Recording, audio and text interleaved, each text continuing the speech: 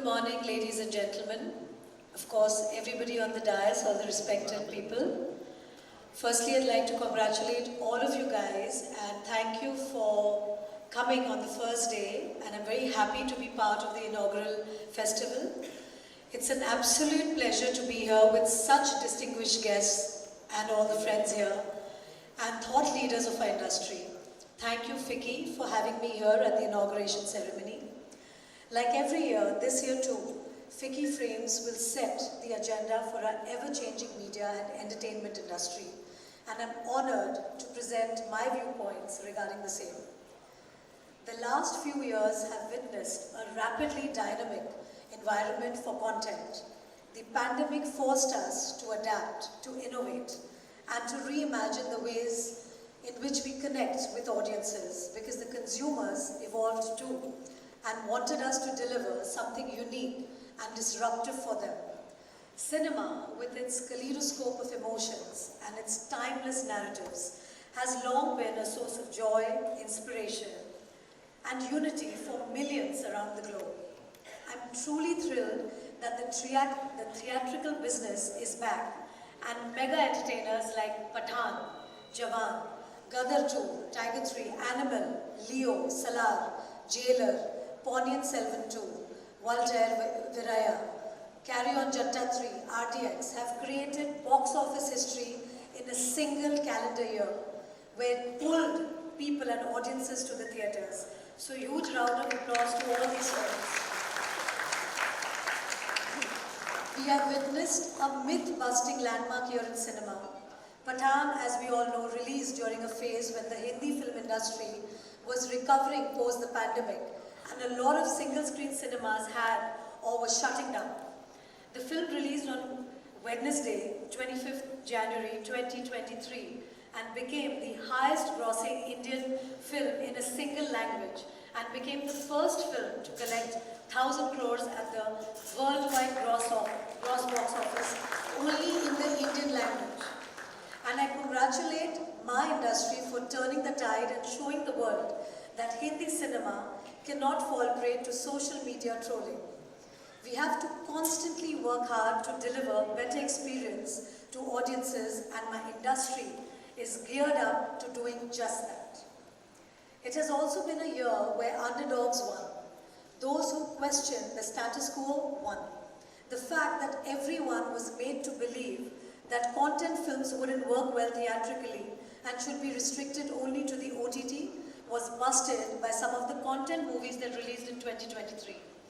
Be it films like Mrs. Chatterjee vs. Norway, 12th Fail, The Kerala Story, Oh My God 2, the language films like Bhaipan Bhari Deva, Teenikka, Kabuliwala, Kathal, The Core, 2018, Virupaksha, Kannur Squad, Chitta, Balagam, Nehru, Baby, Ardhangini, etc. busted the myth that only big-scale projects would work in the cinemas and that content-driven films could disrupt the box office. So a huge round of applause to all these films. It was a year when larger-than-life patriots charmed and conviction of storytelling came to the forefront.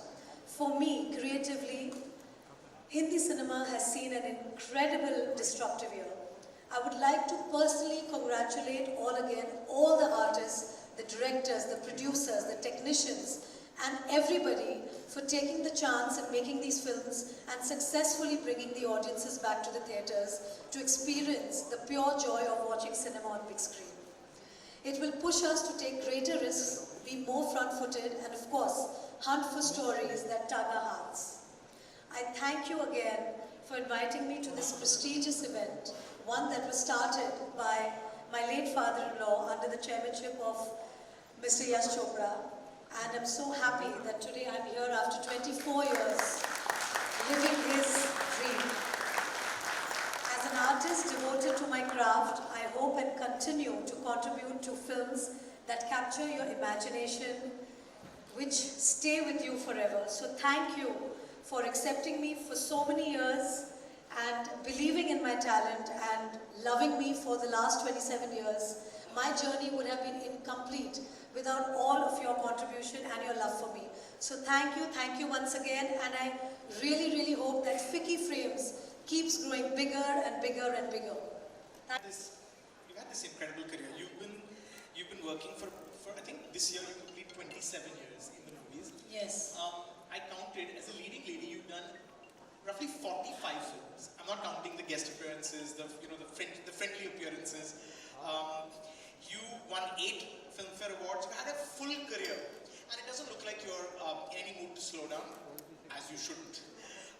Your last film, Mrs. Chatterjee versus Norway, was a film that broke that myth that female-centric films won't work at the box office in a post-pandemic way. Those films were not working. Those content-driven films were not making a mark theatrically.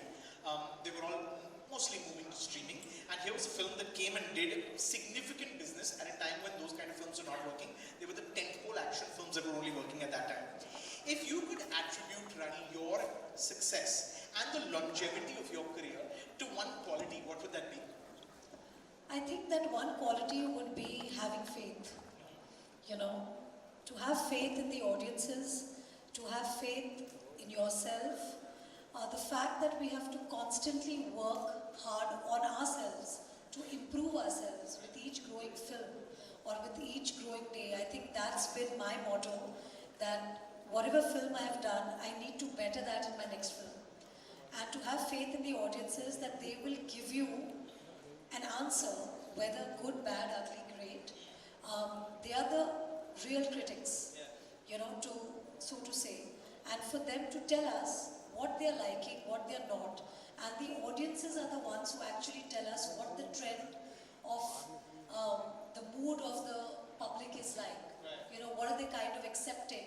What are they talking about? What are they wanting to spend their hard-earned money on which content? You know? And they are the ones who tell us and decide our longevity. You know, it's very interesting what you said. You said faith, and that brings me to ask you, when, it's no secret that when Mrs. Chatterjee versus Norway was ready to be sort of shown to the world, the producers had offers from some of the big streaming platforms to go straight to digital, to go straight to streaming. That was the safe option at the time. Theatrically, those films were not working at the box office. But you all stuck your necks out. You all had the faith, and you all were rewarded in the end. I want to ask you, what sort of, where did that faith come from? So interesting. It's not just about having faith that we made a good film. It's also about having the faith that people will come. Yeah. So interestingly, when Mrs. Chatterjee was offered to me, it was offered to me in the pandemic time. But for some reason, I was very sure that when the film releases, it has to be a theatrical, you know, and that was put in my contract.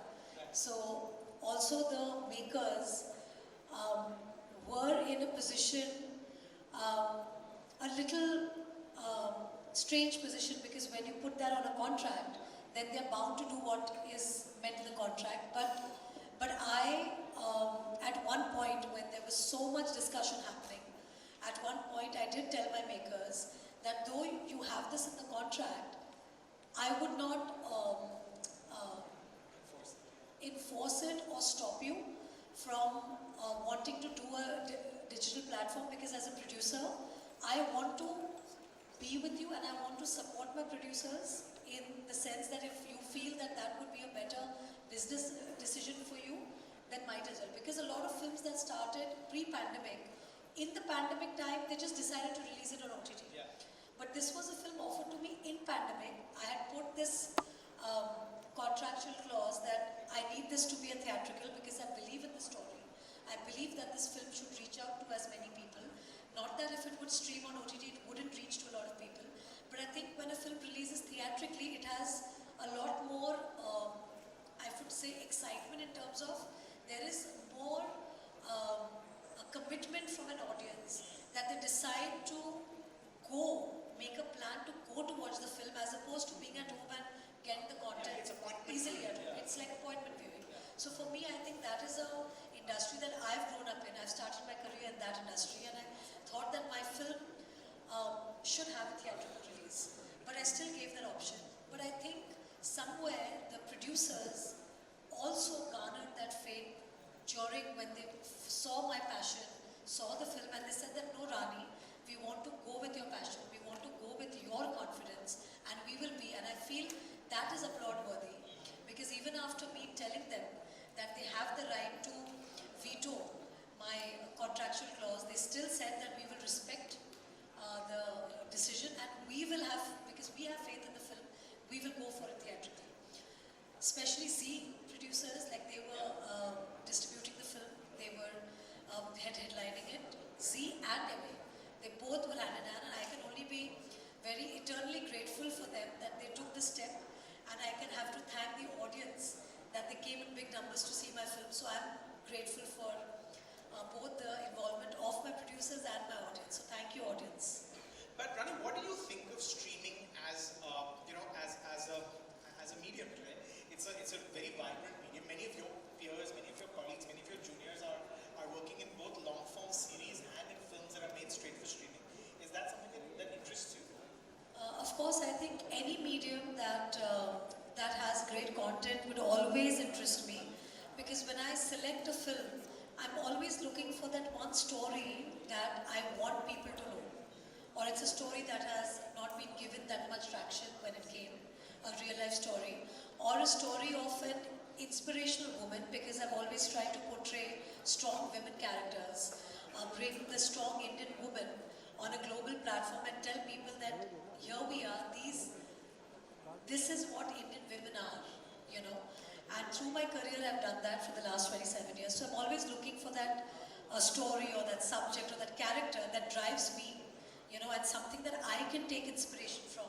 Because I feel that if I take inspiration from a character, and if that character is inspiring me for me to play the part, I'm sure it will make a mark on a lot of individuals' minds as well. Because there are a lot of youngsters who look for this kind of inspiration. When I was at an age when I was growing up, I was looking for such inspirations through real life people, through real heroes, through cinema, through characters, through books, you know. So these are things that we look for, you know, probably conditioning ourselves as teenagers, taking inspiration and making our journey feel special along the way, you know. So we need these characters, we need these strong women characters who we can connect with. And also stories that are hidden, you know, if we can spark a conversation through these films, or if we can tell people that this is what is going on and give it importance, I think it makes a huge difference. So you're saying if the right story came along or the right material came along, you're open to doing like a long format series? I think I'll be open to do anything that excites me as a person and as an actor. I've never followed any norm. Yeah. I've never, I don't know, it has been instinctive in my way that I don't like to follow a kind of pattern that I'm supposed to be following, but I like to follow my heart, and whatever my heart leads me to is something that I've always done. You know, when people say that, is there a secret to how you select your films, or is there something that drives you? I think it's just my emotional core. You know, something that I kind of relate with, because if I have to spend time with a particular subject for, you know, 100 days of my life, I have to be very passionate about it. And the first place is instinct? The first thing is instinct? Yes. Instinct, because if I hear a story, or if I hear a character that I instinctively feel connected to, you know, and that character is speaking something important, or saying something important that is talking for women, you know, I think that really excites me. Rani, after all these years, has your process of picking films changed? Yes, of course, because when I was in my 20s or in my teenage years, there were different reasons I did films. It was not the same process that it's now, where you're reading scripts and you're taking decisions. There were times when the director or producer would just tell us just one line thread story, you know, and we were accepting roles just on those bases. There was no story, there were no dialogues that were given to us to prepare beforehand. It was just a simple thread कि story जी ये है कि ऐसा ऐसा होता है और ऐसा होगा और फिर end में ऐसा हो जाता है. So it was just a beginning, mid and end. And there wasn't like a conscious effort to even convince us. Correct. Bound script, there was no concept. No, because it was like, अच्छा आप नहीं करेंगे तो कोई और कर लेगा. So we've also been through the time where we were like, I was just accepting films that my parents were like, okay Rani, today you have to go to Film City. अच्छा कल आपका फिल्मिस्तान में है और आज आपको यहाँ पे शूटिंग कर रही है और वहाँ से आपको उधर जाना है. So I've also been through an age where I don't know better. You know, I think wisdom comes with age. So I think when I started to receive fan mails, because at that time social media wasn't there, we wouldn't know instantly. We were not told what people were liking or people were not liking. There were these letters that used to come, and through my letters I started to realize what my audience wants out of me, what they like about my work, which film they liked, which film they didn't like. It was more in my letters that I read. And then I realized that, oh my God, something that I'm taking as a means to an end for me. Like I'm trying to earn probably the jam and butter for my family. But what people are giving me is much more than that. They are making me part of their families. They're making me part of their existence. They're actually taking my character seriously. So I think at that point I got more serious. And I said, okay, I think I need to choose my characters more carefully. And that's when Satya happened. And that's when I realized that there is much more to just going to a 9-to-5 job or a 9-to-9 shift, so to say. There is much more than just wanting to get back home. So I was this young teenager doing my job. So for me, I used to want my time back home. So I used to be the happiest person when they used to say pack up. You know, and that was my teenage years. Those were my young days. You know, where I was, waiting for the director to say, okay, Rani, your work for today is done. And I was like, okay, I need to go back home. You know, but then times changed when I used to be wanting to be on a film set. You know, longer than the required time that I've given, because I want to be part of the filmmaking process. I want to spend time with my director. I want to spend time with my technicians team. I want to know the process. So it's been a time where I've also evolved with my films. Like I've grown up in cinema. Like they could say that I'm their child. Like I've literally grown up with so many directors, so many technicians where they've seen me. You've seen me, young Rajiv. We were together on a flight where we were going for the Gulam premiere. And you've seen me when I was 18 years old. And now you see me now in my 40s. So you see, you've seen me evolve. So there are so many people who I've grown up with. I have learned so much from my seniors, from my colleagues. You know, it's just been a learning process. And believe me when I say that, the learning never stops. You know, it is a learning that we have to continue. We cannot confidently say that we know it all. Like how many ever number of films you do, how many ever, successes you have. But there is the nervousness, there is the excitement with each release, there is nervousness with each release. There is a sense of learning with each film, with each character, with each people who we meet new and we learn from. So it's an ongoing process. Rani, I want to zoom out a little bit. While the last year was a good year for the Hindi film industry, there were films that did very well. I think it's fair to say, and I think most people would agree, that we've seen a lot of films from the South perform exceptionally well. We've seen a lot of, and just some of the examples are, of course, Pushpa and Kantara and KGF, and filmmakers like Rajamouli and Atlee and Sandeep Vangareddy, they've got their finger on the pulse of the audience in a way that maybe a lot of the Hindi filmmakers, just the volume of Hindi filmmakers that used to have it, don't anymore. What do you think the South filmmakers and the South industry is getting right? I think, like in most cases, I would not say all. Sure. They want to listen still to what the audiences want.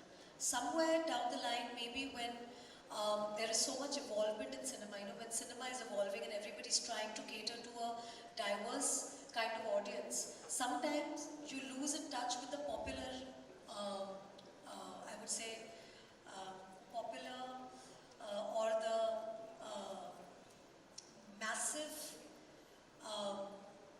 want of an audience to see simple storytelling, as opposed to storytelling which is more diverse or more evolved or more for a certain section of audiences. So I think maybe they are still very simple at heart, and they are probably connecting with the simple storytelling that the audiences want from the filmmakers, and that's what they're recognizing and they're doing. I have worked with a lot of South Indian filmmakers in my career, and I've learned a lot from them. You know, the most fascinating part about the South industry is what I see is that there's a lot of unity. You know, they stand together, they support each other. Like I see so many of these events where, you know, directors are going for each other's, you know, music opening or their films announcements, and they're standing together, and also actors, you know, where they stand. And of course, it happens in our industry as well. But I think learning, as I say, you know, the beautiful part is when you talk to them, they say that they've learned from us. And when you talk to us, we say we learn from them. And it's always a give and take, you know. And what's beautiful here is that Indian cinema is learning and looking inwards now. You know, in the middle, they should say that, oh, cinema is inspired from the West, or people are copying the West, or they're getting inspired from the West. Today, it's so nice that people are getting inspired by their own, you know, because we have to make films that have to cater to our audience, you know, and we have to listen to the voice of our audience. So it's wonderful that we are taking amazing feedback from one another. We are getting inspired by each other, and we are helping each other to be the best versions of ourselves. Rani, you know, you're at this incredible vantage point where you're not just one of the top actresses in the industry, you're also married to one of the biggest studio bosses in the industry. You know, that vantage point allows you to have this view of what are the challenges today involved in making films, where the entertainment and the film landscape is headed. Now, as someone who has that vantage point, as someone who has that perspective, what needs to change for the film business to thrive again?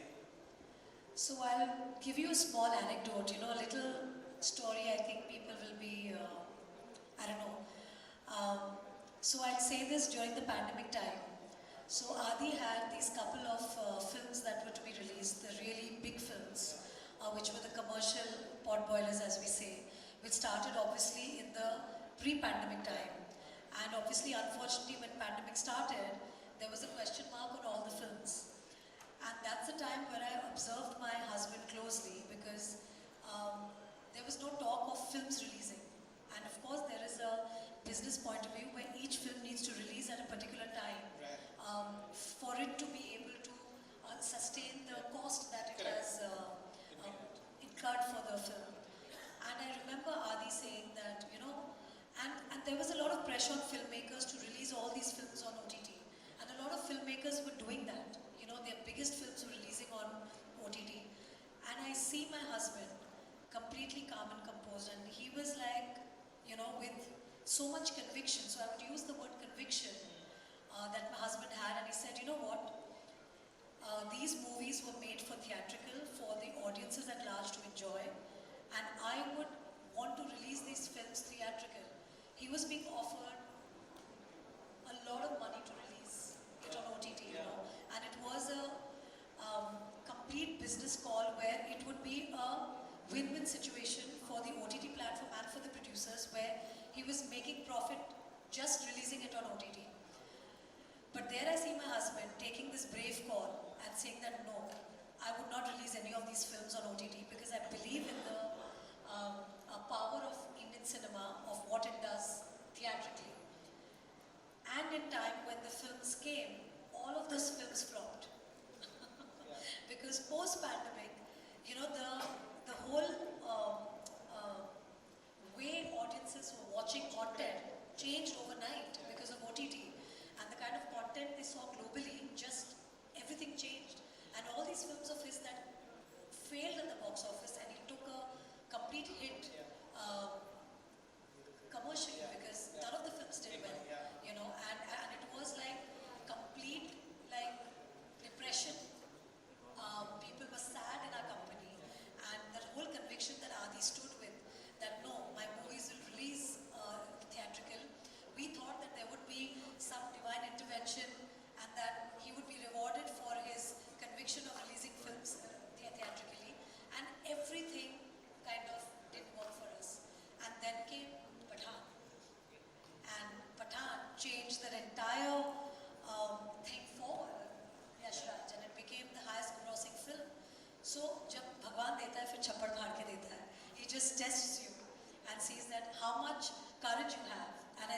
Rani had that courage, and I completely, as a colleague of his, I completely salute that, because that I thought was commendable.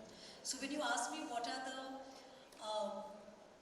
What needs to change? what needs to change is, I think filmmakers need to have more faith in the product that they make, and they should believe in what they make, and they should stand with each other to make that change, you know. And today, Pathaan stood the test of time, you know, and that just opened the floodgates for people going into cinemas, you know. And today, again, the times are like we're talking like how we spoke in the pre-pandemic time, you know. Yeah, we've gone back to the, to some degree, to the glory days, might be a bit optimistic, but... Normal days. Normal days. Let's say the normal days. Okay. Rani, you were only 18 when your first film came out. When you look at this Gen Z bunch of young actors, do you feel like they could take a page out of, you know, your generation's book, or do you feel like you wish you had their savvy?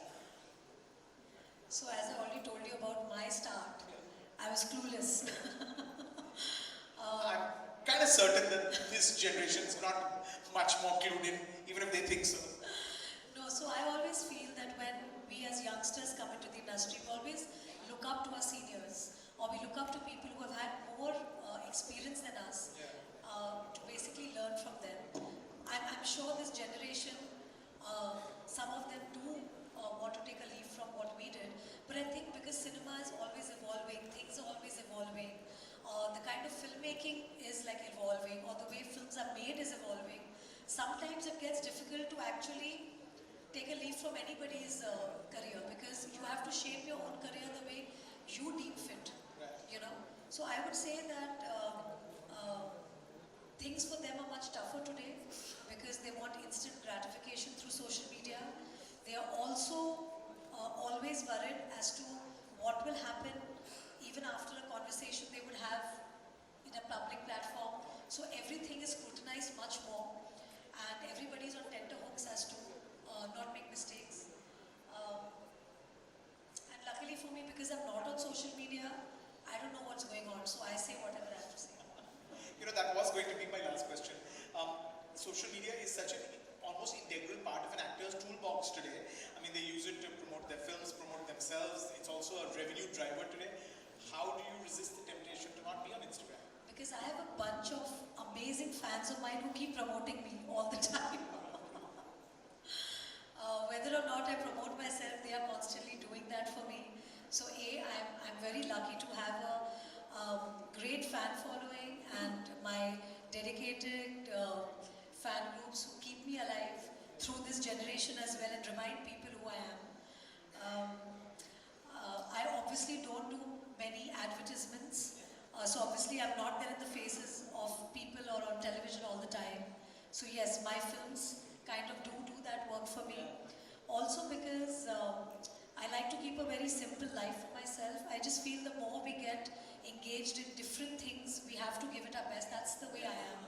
And I would like to do things where I can give my 100%. Maybe for social media, I would not be able to give my 100%, so I don't want to take that extra burden, that extra load of what I need to do. So I feel the way it's going is great. The fact that people went to see my film, Mr. Chatterjee versus Norway, makes me happy that they still recognize me and they still know me, and they still want to see my film, which is amazing. And I would continue to keep wanting to push the bar, keep wanting to push my boundaries as an actor, and it's always great to keep waiting for that one role or that one character to come by, which inspires me and which will inspire generations to come. Yeah, so that's something that I keep waiting for. Well, one expects nothing less than that from you. Rani Mukerji, thank you so much. Thank you for the movies, for some incredible performances over the years. And for time's up, I really must say on behalf of you that you really inspired us, you've entertained us over the years, and you don't stop, and you shouldn't stop. Cannot wait to see what you do next. Thank you, and thank you to all my audiences over the years who have actually given me so much feedback about my work, about my films. Though you all don't know how much it makes a difference in our lives, it does, because we do read it, we do understand, you know, what you like, what you don't like, and for us it's always a learning to know what we can do to better ourselves, to actually better our films, and to tell you frankly, everybody in our industry is working day and night to just get some kind of entertainment in everybody's lives. So we are working really hard for that. And thank you for being our support through the years. Thank you very much. Thank you everybody. Thank you Rajesh sir. Thank you Rani ma'am. पूछना चाहता हूँ क्योंकि जब मैंने यहाँ FICCI frames की शुरुआत की थी तो यश सर जैसे आपने कहा he's been such an inspiration for all of us and Yes. been part of this journey for FICCI frames. आदि सर कब आएंगे यहाँ स्टेज पे? उनको कैसे लाया जाए? वो तो आपको उन्हीं से पूछना पड़ेगा. मतलब मैं पीछे भी ये सवाल पूछने को मुझे मना कर रहे थे. मैं बोला एक बार तो मैं मैम को पूछूंगा क्योंकि बिग बॉस की जैसे आवाज सुनाई देती है and he's such an entity larger than life and the man with the plan. So is it possible आप रिक्वेस्ट करेंगे हमारी तरफ से? No, I think वो actually 27 साल पहले I think वो बाहर आए थे. फिर 27 साल बाद वो रोमांटिक्स में बाहर आए. अभी वापस 27 साल बाद शायद वापस कहीं ऐसा तो अपना नहीं चेहरा दिखाने आएंगे. ऐसा तो नहीं कि बाहर आपका इंतजार भी कर रहे हैं.